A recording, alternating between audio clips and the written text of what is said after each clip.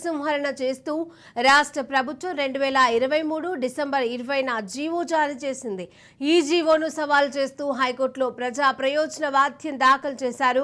కేసుల ఉపసంహరణకు కారణాలు ప్రభుత్వం జీవోలో పేర్కొనలేదని తెలిపారు.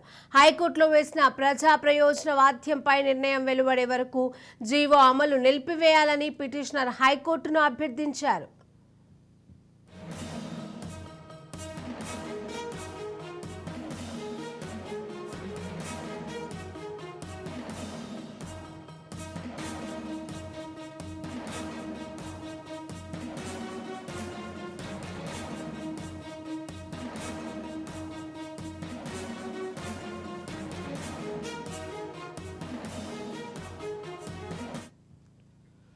కోనసీమ అల్లర్ల కేసులో ఉపసంహరణ జీవో రద్దు చేయమని హైకోర్టులో అంబేద్కర్ జిల్లా సాధన కన్వీనర్ జంగా బాబురావు పిటిషన్ దాఖలు చేశారు. కేసులో ఉపసంహరణ చేస్తూ రాష్ట్ర ప్రభుత్వం 2023 డిసెంబర్ 20న జీవో జారీ చేసింది.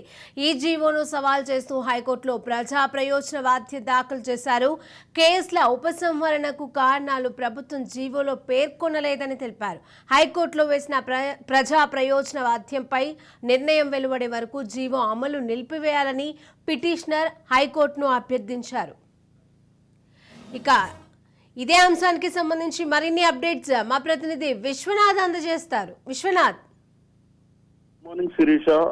డాక్టర్ బిఆర్ అంబేద్కర్ కోనసీమ జిల్లా పేరు మార్పు విషయంలో జరిగిన అల్లర్ల కేసును ఉపసంహరించుకుంటూ రాష్ట్ర ప్రభుత్వం గత ఏడాది డిసెంబర్ 20వ తేదీన జీవో విడుదల చేసింది. ఈ జీవో విడుదల చేసిన నేపథ్యంలో దీన్ని సవాల్ చేస్తూ అంబేద్కర్ జిల్లా సాధన సమితి హైకోర్టులో పిటిషన్ దాఖలు చేసింది. ప్రజా ప్రయోజన వాద్యం కింద దాఖలు చేసింది. ఏదైతే ఈ అల్లర్లకు సంబంధించి కేసు ఎత్తివేయడం సమంజసం కాదు, ఏదైతే ఈ కేసు అల్లర్లు జరిగిన నేపథ్యంలో కేసు ఎందుకు ఎత్తివేస్తున్నాం అన్నది కూడా ప్రభుత్వం తమ యొక్క ఉత్తర్వులో పేర్కొనలేదు. ఈ కేసుని ఎత్తివేయడం మాత్రం ఎంతవరకు సమంజసం కాదు. ఆ రోజు జరిగిన అల్లర్లు చాలా విధ్వంసకరమైన అల్లర్లు జరిగాయి.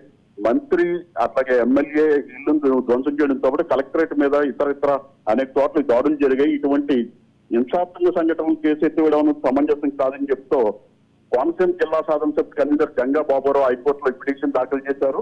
ఈ పిటిషన్ రేపు బెంచ్ ముందుకు వచ్చే అవకాశం ఉందని కూడా తెలుస్తోంది. ప్రధానంగా ఇందులో హోంశాఖ ముఖ్య కార్యదర్శి, డీజీపీ, కలెక్టర్, ఎస్పీ, డిఎస్పీలని ప్రతివాదులుగా చేరుతూ ఈ పిటిషన్ దాఖలు చేశారు.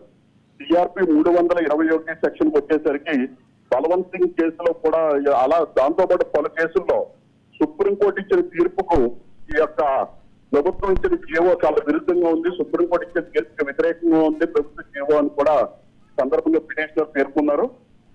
దీనికి సంబంధించి ఇప్పటికే వాళ్ళు ఏదైతే కోనసీమ అంబేద్కర్ సాధన సమితి పేరుందో వాళ్ళు కూడా ఈ యొక్క జీవోని విడుదల చేయాలని చెప్పి ఆందోళన చేసుకున్నారు. ఆందోళన క్రమంలో ఇది ఇట్లా సాధ్యపడే అంశం కాదని చెప్పి హైకోర్టులో వేయడం జరిగింది వాక్యం.